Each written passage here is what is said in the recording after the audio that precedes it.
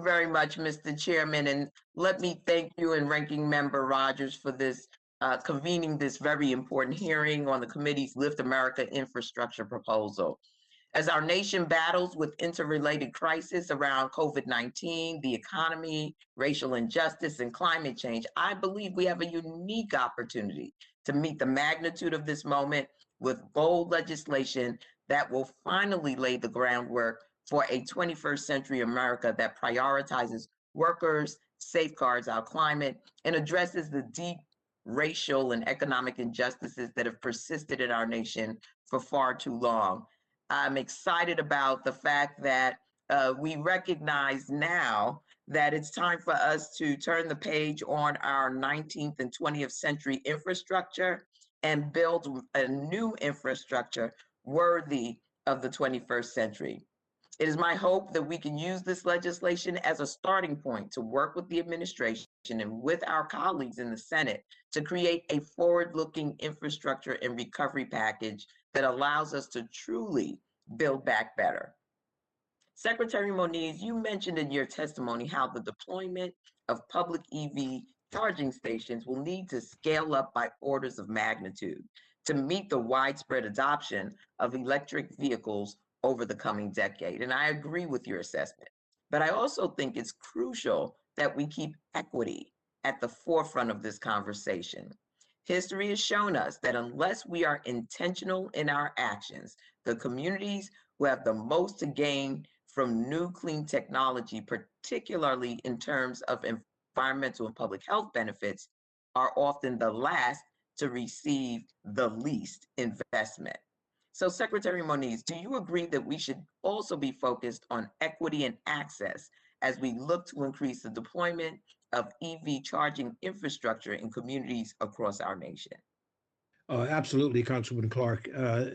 As you said very, very well, these are communities where cleaning up the air would have a particularly important effect in these communities. So, absolutely, on the charging stations, it will take creativity, given the patterns of multi-family units and the like, but that can be managed. As we also discussed, there has to be incentives as well for being able to introduce the vehicles and the delivery vehicles, et cetera, in those areas. Also, if I may comment, and this is a comment to you, but also to the chairman, that I really appreciate your emphasis on a 21st century infrastructure. We've heard in this hearing a lot about the EV charging infrastructure. We've heard about the broadband. The reality is this is a bill focused on going to where the puck is going to be. And that's what you need to do on infrastructure. You build for 15 years out or 20 years out. You don't build for tomorrow. I thank you. And I'm so pleased to see that so many major pieces of my Electric Vehicles for Underserved Communities Act, co-led by Congresswoman Barragan, is included in this infrastructure package.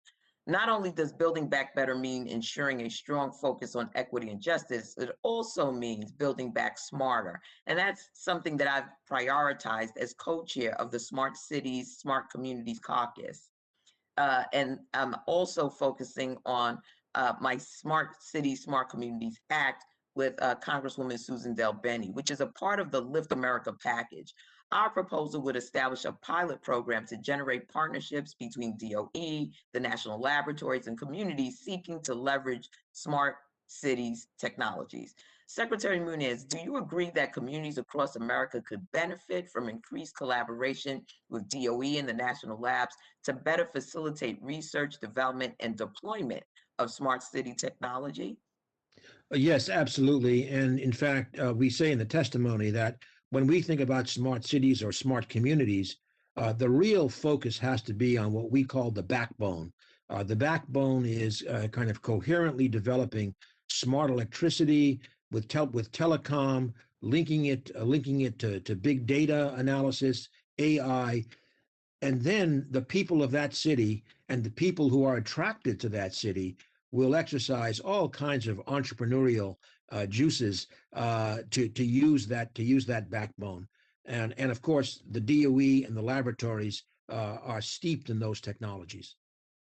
Thank you very much, Mr. Secretary. I thank you, Mr. Chairman, for this hearing. And I just wanted to say to Dr. Frieden that I couldn't agree with you more about the need for us to build out a 21st century public health infrastructure. What we experienced here in New York City as the outbreak epicenter of the pandemic, knowing that we had one of the strongest public health infrastructures in the nation at one point in time, and to see that we weren't prepared, that we really had a flawed system, is a dear price that we had to pay. And I hope that we will look at the need for our national public health infrastructure. And thank you for all of the work that you all do. And I yield back, Mr. Chairman.